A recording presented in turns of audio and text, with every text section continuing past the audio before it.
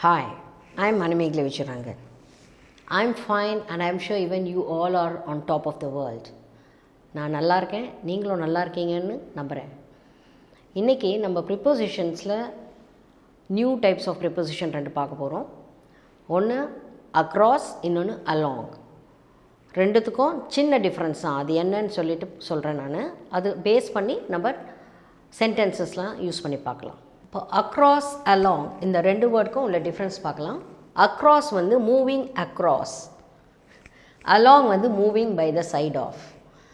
சும்மா என்னது moving across, moving by the side of? இந்த சின்ன இமேஜின் பண்ணிக்கோங்க, இதுதான் ஒரு ரிவர் மாதிரி. Okay, I am not very good in drawing, so just bear with me. இதுதான் ஒரு ரிவர்னு வச்சுக்கோங்க. இப்போது மூவிங் அலாங்னா நான் என்ன சொல்கிறேன், இதான் ரிவர்னால் அந்த சைடில் நடந்து போகிறோம். இப்போ ரிவர் பெட் சொல்கிறோம் இல்லையா, இப்படியே போகிறோம்னா அதுதான் along. we walked along the river, அதான் சைடில் அந்த ரிவர் பெட்டில். இதே அக்ராஸ்னால் என்னென்னா we sailed across, ஒரு போட் எடுத்துக்கிட்டு அப்படியே போகிறோம். இது வந்து அக்ராஸ், இது அக்ராஸ், இது அலாங். புரிஞ்சுதா உங்களுக்கு? அக்ராஸ்னா moving across, whereas just cross பண்ணுற மாதிரி. இப்போ ரோடு க்ராஸ் பண்ணுவோம் இல்லையா, அது மாதிரி. அதே மாதிரி அலாங்னா அதே சைடில் நடந்து போகிறது. இப்போ ரோடு எடுத்துக்கோங்க, நீங்கள் ரோட்டில் நடந்து போகிறீங்க, இந்த சைட்லேருந்து அடுத்த ரோடுக்கு க்ராஸ் பண்ணி போகிறீங்களா, ஐ வாக்ட் அக்ராஸ் த ரோட். சிம்பிளாக சொல்லணும், அவ்வளோதான். ஐ வாக்ட் அக்ராஸ் த ரோட். இதே இப்போ பிளாட்ஃபார்ம்லேயே நடந்து போகிறோம், அந்த ரோடு வழியாகவே அப்படியே நடந்து போகிறோம், ஐ வாக்ட் அலாங் த ரோட். இப்போ ஒருத்தருக்கு இந்த ரூட் மேப்லாம் சொல்லும்போது we can use these words along and across. Okay, next இப்போது சில சென்டென்ஸ் இருக்குது பாருங்கள். there is a bridge dash the river. எப்போவுமே பிரிட்ஜ் வந்து எப்படி கட்டுவாங்க, இப்போ ரிவர் இருக்குன்னா அதுக்கு மேலே இந்த எண்ட்லேருந்து அந்த எண்ணில் க்ராஸ் பண்ணி போகிறதுக்காக தான் கட்டுவாங்க பிரிட்ஜ் எப்போவுமே. அதனால் we should use only across. there is a bridge across the river. அதே மாதிரி she walked dash the platform of the road. அப்படியே பிளாட்ஃபார்ம் மேலேயே ஓரமாக நடந்து போயிட்டே இருந்தா அப்படின்னா அங்கே யூஸ் பண்ண வேண்டியது along. she walked along the platform of the road. next, he went dash the road to meet his friend. இந்த ரோடை க்ராஸ் பண்ணி போய் ஃப்ரெண்டை மீட் பண்ணுறான். அப்போ he went across the road to meet his friend. we walked dash the shore. இப்போ பீச்சுக்கெலாம் போனீங்கன்னா சைடில் ஷோர் இருக்கும்ல, நம்ம அக்ராஸாக போக முடியுமா? அப்படியே நேராக கடலில் தான் போவோம். இப்போ அலாங் தான் போக முடியும் அங்கே. So we walked along the shore. காலையில் வாக்கிங் போகிறவங்கள பார்த்தீங்கன்னா அந்த ஒரு சிலருக்கு வந்து அந்த ஹேபிட் இருக்குது, ஷோர் வழியாக அப்படியே நடந்து போவாங்க.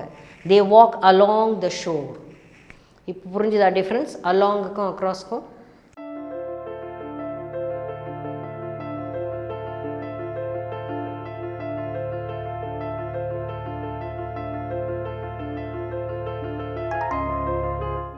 Now I'm going to test yourself with across and along. எங்கே across எங்கே along யூஸ் பண்ணணும்னு தெரியணும் உங்களுக்கு. ஸோ பார்ப்போம்.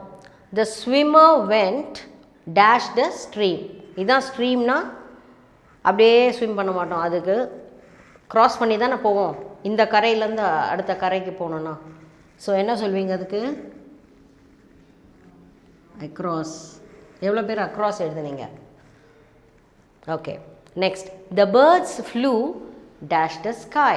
எப்போவுமே ஸ்கைன்னா மேலே அப்படியே பறந்து போகுது இல்லையா, அதை நம்ம அலாங்னு சொல்லவே மாட்டாங்க எப்போவுமே. birds flew across the sky.